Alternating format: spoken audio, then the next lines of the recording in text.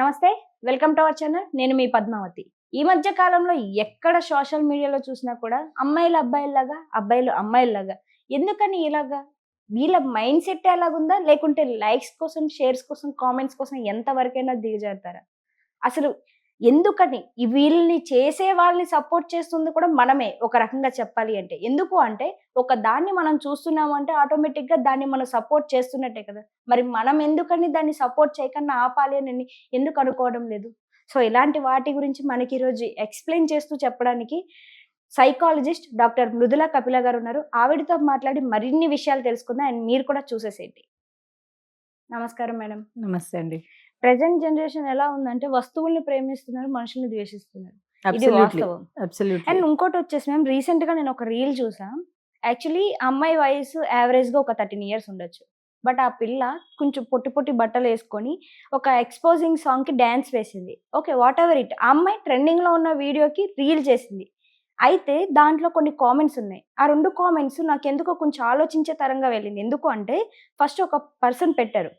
అసలు ఈ అమ్మాయి ఇంత పొట్టి బట్టలు వేసుకొని ఈ ఏజ్‌లో ఈ సాంగ్‌కి మళ్ళీ పర్టిక్యులర్‌గా అసలు ఆ అమ్మాయికి ఆ సాంగ్ మీనింగ్ అయినా తెలుసా? ఈ సాంగ్‌కి డాన్స్ చేసింది. అసలు ఈ వీడియో తీసిన బుద్ధున్న గాడిదెవడు అనేసి ఒకడు కామెంట్ పెట్టాడు. ఓకే. దీనికి ఇంకొకతను రిప్లై ఇచ్చాడు. ఇతను పెట్టిన కామెంట్‌కి. నువ్వు ఈ అమ్మాయిని అంటున్నావే ఫస్ట్ తిట్టాల్సింది ఈ అమ్మాయిని కాదు. ఎందుకు అంటే తనకి తెలీదు. జస్ట్ ట్రెండ్ అవుతుంది. ఆ ట్రెండింగ్‌లో నేను ఉండాలి అని చేస్తుంది. నువ్వు అసలు మాట్లాడాలి అంటే ఫస్ట్ వాళ్ళ అమ్మని అనాలి. ఎందుకంటే ఆ అమ్మాయికి ఆ డ్రెస్ వేసుకోవడానికి కొనిచ్చేది వాళ్ళ అమ్మనో, లేకుంటే వాళ్ళ నాన్ననో ఇస్తే తప్పితే తను వేసుకోలేదు. ఫస్ట్ ఆఫ్ ఆల్ అక్కడ వాళ్ళ పేరెంట్స్ తప్పు.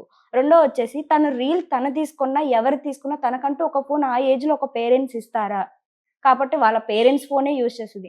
వాళ్ళ పేరెంట్స్‌కి లేని బుద్ధి ఇప్పుడు ఈ అమ్మాయికి ఎందుకొస్తది? నీకు నాకు పనిలేదు కామెంట్స్ పెట్టడానికి అని పెట్టాడు. సో, అసలు ఇలాంటివన్నీ చూస్తుంటే ఎటు నుంచి ఎటు వెళుతుంది జనరేషన్ అనేది ఒక ఆలోచించాల్సొస్తుంది. అసలు మీ మైండ్‌ని మీరేమనుకుంటున్నారు ఇలాంటివన్నీ చూస్తున్నప్పుడు? పేరెంటింగ్ మీద అందుకనే మా సంస్థ లైఫ్ స్కిల్స్ మెంటరింగ్ అకాడమీ హ్మ్. అనే నా ఆర్గనైజేషన్ పేరు. మా దాంట్లో ఒక ప్రోగ్రామ్ ఉంది పేరెంటింగ్ ద పేరెంట్. హ్మ్. పేరెంట్స్‌ని పేరెంటింగ్ చేస్తాం మేము. ఎలా అంటే ఎలా పిల్లల్ని పెంచాలి అని. హ్మ్. ఎందుకు అది ఇంపార్టెంట్ అయిపోయిందంటే ఇందుకే. ఎందుకు పిల్లలు ఏం అడిగినా ఇచ్చేయడం కరెక్ట్ కాదు. ప్యాంపరింగ్ ఎక్కువైంది ఈ మధ్య కాలంలో నేను మీరన్నది నిజం. నేను నేను అనుభవించలేకపోయాను. సో, నా పిల్లలకి నేనిస్తాను. హ్మ్. తప్పు లేదు దాంట్లో. ఇవ్వండి. కానీ లిమిటేషన్స్ పెట్టి ఇవ్వండి. ఫ్రీడమ్ విత్ రెస్పాన్సిబిలిటీ ఇందాక మనం డిస్కస్ చేసినట్టు. హ్మ్. ఎప్పుడైతే మీరు కొన్ని ఆంక్షలు పెట్టి వాళ్ళకి ఇవ్వగలిగితే, వాళ్ళు దాని ప్రకారం వాళ్ళ క్యారెక్టర్ బిల్డ్ అవుతుంది. ఇన్ ఫ్యూచర్ మీరిప్పుడు ఎన్నేళ్లుంటారు? ఇప్పుడు జీవితం ఈ రోజు ఉంటుందో, రేపు ఉంటుందో తెలీదు. అలాంటి పరిస్థితిలో మీరు మీ చైల్డ్ చెయ్యి పట్టుకొని జీవితాంతం ఉండగలరా? ఉండలేనప్పుడు మీరంత ప్రొటెక్షన్ ఎందుకిస్తున్నారు? వాళ్ళని ఎలా చూడాలి? రెసిలియంట్‌గా చూడాలి. రెసిలియంట్ ఇండివిడ్యుయల్స్‌ని తయారు చేయాలి. అంటే ఎన్ని సార్లు కింద పడ్డా నేను లేవగలను అనే ధైర్యాన్ని వాళ్ళకివ్వాలి. నాకు ఏ ఫెయిల్యూర్ అయినా ఫెయిల్యూర్‌కి భయపడకూడదు. ఫెయిల్యూర్స్‌కి, కమెంట్స్‌కి, క్రిటిసిజంకి భయపడకుండా హ్మ్. నేను నా టాలెంట్ మీద ఆధారపడుతూ నేను నా కెరియర్‌ని ముందుకు తీసుకెళ్తాను. నన్ను నేను పోషించుకుంటాను. నా ఫ్యామిలీని పోషించుకుంటాను. నేను హ్యాపీగా ఉంటాను. ఒక సొసైటీకి నేను ఇవ్వవలసింది నేనిస్తాను. నేనొక బాధ్యురాలిని లేతే బాధ్యుడని ఉంటాను అనే ఫీలింగ్ ఆ మనిషికివ్వాలి. ఆ చైల్డ్‌కివ్వాలి. అలా ఇవ్వకపోతే పేరెంటింగ్‌లో తప్పుంది. నేను కొన్ని స్కూల్స్ వాటిల్లో మేము మెంటల్ హెల్త్ మీద వర్క్ చేస్తూ ఉంటాము. ఒక స్కూల్‌లో నాకు ఆహ్, మంచి ఇంటర్నేషనల్ స్కూల్ అది. అందులో నేను ఫీజ్ కడుతున్నాను కదా! మా పాపకి పాటీ ట్రైనింగ్ మీరే నేర్పించండి అనన్నారు. అంటే ఫీజ్ అదేంటి? కడితే సరిపోయిందా? పిల్లలు స్కూళ్ళ కోసం పిల్లల్ని కన్నారా? లేకపోతే వాళ్ళ కోసం కన్నారా? పాటీ ట్రైనింగ్ గూడా స్కూల్ తయారు చేయాలి, స్కూల్ చేయాలి అని ఏం ఎక్స్‌పెక్టేషన్ అది పేరెంట్‌ది? అంటే అంత టైం లేకుండా ఉన్నారా? మరలా అయినప్పుడు పిల్లల్ని ఎలాగన్నారు? అంత టైం లేనప్పుడు? ఇదొక ఇష్యూ. ఇంకో ఇష్యూ ఏంటి? వైఫ్ అండ్ హస్బెండ్ ఎఫెక్షనేట్‌గా ఉండడం చాలా మంచిది. హ్మ్. అన్యోన్యంగా ఉండాలి. కానీ పిల్లల ముందు ఎంతవరకు అన్యోన్యంగా వాళ్ళ ముందు ఉండొద్దని అనట్లేదు. కానీ ఎంతవరకు డ్రా బౌండరీ ఎంతవరకు అన్యోన్యంగా ఉండాలి? అంతవరకే ఉండాలి. అన్యోన్యతే గాదు. ఒకరి మీద ఒకరు అరుచుకుంటారు, తిట్టుకుంటారు. దానికి కూడా బౌండరీస్ ఉండాలి. ఇప్పుడు నేను అరిస్తేనే అవతల వాళ్ళకి అర్థమవుతుంది అనే అర్థం పిల్లలకి నేర్పిస్తున్నారు. మీ వైఫ్ మీద కానీ, మీ హస్బెండ్ మీద కానీ అరిచి. అరిస్తేనే వాళ్ళకి సైలెంట్ అవుతున్నారు. అరవడానికి నెక్స్ట్ స్టెప్ కొడితేనే సైలెంట్ అవుతున్నారు. ఇవన్నీ ఎవరు నేర్పిస్తున్నారు? మీరే ఆటోమేటిక్ గా నేర్పిస్తున్నారు. పేరెంట్స్ నేర్పిస్తున్నారు. ఒక్కొక్క ఏజ్ లో ఒక ఏజ్ లో ట్రస్ట్ ఫామ్ అవుతుంది. ఒక ఏజ్ లో ఇంటర్పర్సనల్ స్కిల్స్ ఫామ్ అవుతాయి. ఒక ఏజ్ లో వాళ్ళంతటి వాళ్ళు ఏంటి సెల్ఫ్ అవేర్నెస్ తెలుసుకుంటారు. ఒక ఏజ్ లో పర్సనాలిటీ కంప్లీట్ గా వాళ్ళు ఎలాంటి యాటిట్యూడ్, ఎలాంటి టైప్ ఆఫ్ ట్రైట్స్ వాళ్ళకు ఉన్నాయని అర్థం చేసుకోగలుగుతారు. ఈ స్టేజెస్ లో పేరెంట్ కనుక డిస్ఫంక్షనల్ గా ఉంటే, ఫ్యామిలీ కనుక డిస్ఫంక్షనల్ గా ఉంటే పిల్లలు ఎలా అయిపోతారు? చాలా చాలా చెడు ప్రవర్తన వచ్చే కారణం ఇదే. వాళ్ళు ఆ టైంలో చైల్డ్‌హుడ్ ట్రామాస్, సెక్షువల్ హెరాస్మెంట్స్ ఎవరు మీరిందాక అన్నారు ఫాదర్‌ని పెళ్లి చేసుకున్న డాటర్ అని. అదొక రేంజ్.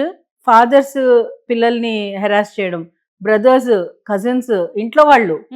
ఇంక ఇంట్లోనే నీకు సేఫ్టీ లేకపోతే బయటేం సేఫ్టీ ఉంటుంది? పిల్లలకి మీరు గుడ్ టచ్, బ్యాడ్ టచ్ ఎప్పుడు నేర్పిస్తారు? అసలు అవి నేర్పిస్తున్నారా లేదా ఇంట్లో? ఏ టైంలో ఏం చెప్పాలో మదర్‌కి తెలియాలి, ఫాదర్‌కి తెలియాలి. ఇద్దరూ, నేను అనేది ఉట్టి గర్ల్స్‌కి కాదు, బాయ్స్‌కి కూడా. Boys and girls should be educated properly. Family values కానీ, ఫ్యామిలీ ఎథిక్స్ కానీ, ఎలా బిహేవ్ చేయాలి సోషల్‌గా, ఇవన్నీ నేర్పించేది ఫ్యామిలీ నుంచే. ఫ్యామిలీ అండ్ ఎక్స్టెండెడ్ ఫ్యామిలీ అంటే అంకుల్స్, ఆంటీస్, చుట్టుపక్కల నైబర్‌హుడ్ వీళ్ళంతా. ఇవన్నీ ఇంటాక్ట్‌గా ఉంటే పిల్లల్లో ప్రాబ్లమ్స్ రావు. ఇలాంటి వైరల్‌గా ఎంత ఇన్ఫర్మేషన్ ఓవర్‌ఫ్లో ఉన్నా సరే they will know how to restrain themselves. Diversions ఉండవు. మీరు ఒక మంచి మీ పిల్లలు సక్సెస్‌ఫుల్‌గా ఉండాలి, మీ మీద డిపెండ్ అవ్వకూడదు అంటే మీదే బాధ్యత అది. వాళ్ళది కాదు. పెద్దగా అయ్యాక నువ్వు తల్లిదండ్రులని చూసుకోవా అంటే నువ్వు సరిగ్గా చెప్పలేదు. నువ్వు నేర్పించలేదు అది చూసుకోవాలి అని. ప్రేమానురాగాలతో పెంచలేదు. ప్రేమానురాగాలు లేకపోతే వాళ్ళకెందుకొస్తాయి? వాళ్ళని మీరు ఎలా పెంచితే వాళ్ళు అలాగే ఉంటారు. దూరంగా ఉంచి చదివిస్తారు. తప్పేం లేదు, హాస్టల్స్‌లో పెట్టి చదివించొచ్చు. కానీ హాస్టల్‌లో చదివినా సరే, మనం పూర్వకాలం చూస్తే గురుకులాలలో ఉండేవాళ్ళు. 14 ఏళ్ళు గురుకులాల్లో ఉండేవాళ్ళు. మళ్ళీ వచ్చి శుభ్రంగా వాళ్ళ ఫ్యామిలీస్‌ని చూసుకున్నారు, అన్నీ చేసుకున్నారు. మరి అప్పుడు లేని ప్రాబ్లమ్ ఇప్పుడు ఎందుకొస్తుంది? ఎక్కడి నుంచి వస్తుంది? రూట్ కాజ్ ఏంటి? దీన్ని పరిశీలించాల్సిన అవసరం ఎంతైనా ఉంది. దీంట్లో కనుక మనకి సొల్యూషన్ దొరికితే మీరనే ప్రతి సమస్యకి ఏదో ఒక సొల్యూషన్ దొరుకుతుంది. అసలు సైకాలజీ ప్రకారం సమస్య మీ దగ్గర ఉంటే సొల్యూషన్ మీ దగ్గరే ఉంటుంది. ఎవరన్నా అడ్వైస్ ఇవ్వగలుగుతున్నారు కానీ చుట్టుపక్కల వాళ్ళు సైకాలజిస్టులు అయినా సరే ఫెసిలిటేట్ చేస్తారు. మీరు ఆ సొల్యూషన్ వైపు వెళ్ళడానికి కొన్ని ప్రశ్నల ద్వారా మీలో మీకు ఉత్తేజం తెప్పించి జ్ఞానం తెప్పిస్తారు వాళ్ళు. అంతే వాళ్ళు చేసే పని. సొల్యూషన్ మీ దగ్గరే ఉంటుంది. అదే నేర్చుకోవాలి. ప్రతి పేరెంట్ ఇది అర్థం చేసుకోవాలి. పిల్లల ముందు ఎలా బిహేవ్ చేయాలి, వాళ్ళు ఎలా మీరు మీ పిల్లల్ని ఎలా చూడాలనుకుంటున్నారో మీరు అది ప్రదర్శించాలి. బికాజ్ అబ్జర్వేషన్ తోటే నేర్చుకుంటారు. మీరు 2 గంటలు క్లాస్ చెప్పినా, 2 గంటలు వాల్యూ సెషన్స్, మోరల్ క్లాసెస్ చెప్పినా అర్థం కానిది మీ బిహేవియర్‌తో ఒక్క క్షణంలో అర్థమవుతుంది. సో, అబ్జర్వేషన్ చేస్తున్న పిల్లలు అంతా గ్రాస్ప్ చేస్తున్నారు, మర్చిపోకూడదు. పేరెంట్స్ ఒక శాటిలైట్ కింద ఉన్నట్టే. ఆ పేరెంట్స్ అనే ఒక శాటిలైట్ కింద ఈ పిల్లలున్నారు. ఆ శాటిలైట్‌ని ఎప్పుడూ అబ్జర్వ్ చేస్తూ ఉంటారు. వీళ్ళు కూడా వాళ్ళని అలా అబ్జర్వ్ చేస్తూనే ఉండాలి.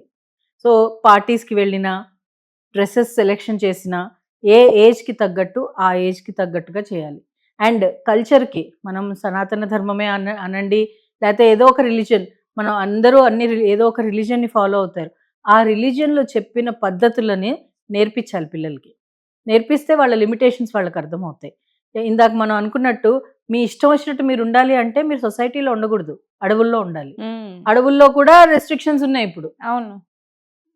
ఇది మృగాలకు కూడా మనం రెస్ట్రిక్ట్ చేస్తున్నప్పుడు మనుషుల్ని రెస్ట్రిక్ట్ చేయకపోతే ఎలా? అది చాలా చాలా ఇంపార్టెంట్ ఏంటంటే ఫస్ట్ అందరూ బార్న్ పేరెంట్స్ కాదు. పిల్లలు పుట్టాకే మీరు పేరెంట్స్ అయ్యారు. సో, పిల్లలతో పాటు మీరు కూడా మీ పేరెంట్‌హుడ్‌ని పెంచాలి. మీకు ఒకటే ఫోకస్ ఏంటి? మంచి సిటిజన్‌ని, మంచి మనిషిని తయారు చేయాలి. మనిషి అంటే ఒక డెఫినిషన్ ఉంది దానికి. ఆ డెఫినిషన్‌కి తగ్గట్టుగా తయారు చేయాలి. Human being.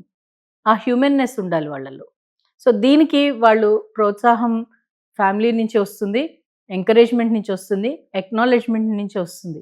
సో, ఇవన్నీ యాస్పెక్ట్స్ ఆలోచించి హోలిస్టిక్‌గా ఒక చైల్డ్‌ని పెంచాలి. దానికి ఉట్టి పేరెంట్సే కాదు, స్కూలు, ఎన్వైర్న్‌మెంట్, మీడియా